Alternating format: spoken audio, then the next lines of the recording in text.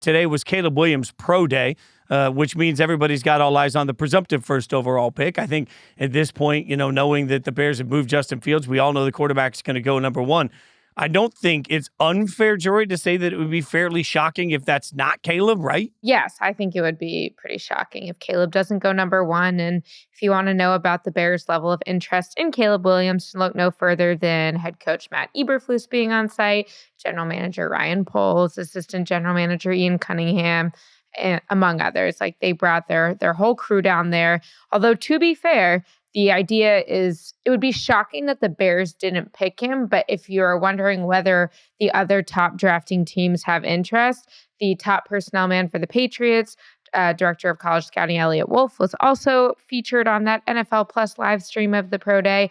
And for the Commanders, we saw head coach Dan Quinn, general manager Adam Peters, and offensive coordinator Cliff Kingsbury. So pretty much anyone who is important to the decision for the top three drafting teams was at USC today. What are we going to see today that's going to change what we've already seen on tape?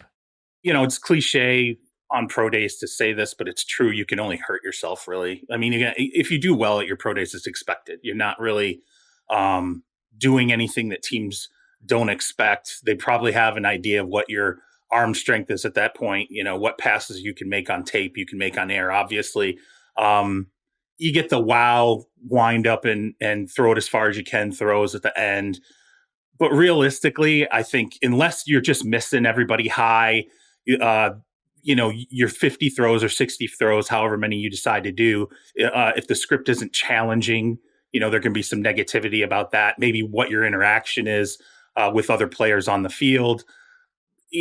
Like I said, I think with Caleb, he was fine. He didn't hurt himself. There were a few, Jori can tell you, there was a couple of moments where there was a little bit of an accuracy issue at times, but nothing that doesn't happen in most pro days. I think it was probably a pretty clean experience all in all. Probably the most memorable pro day I ever went to was Jamarcus Russell's.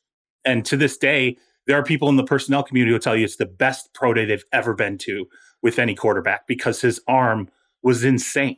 I mean, he looked like it was quite possibly the best arm that the NFL had ever seen in a pro day workout.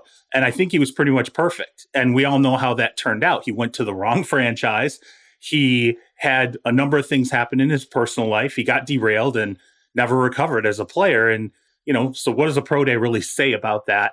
That he can be so perfect at a pro day and then just go off the rails as a prospect. It's more about, I think, how he engages with people and how challenging he makes the day for himself.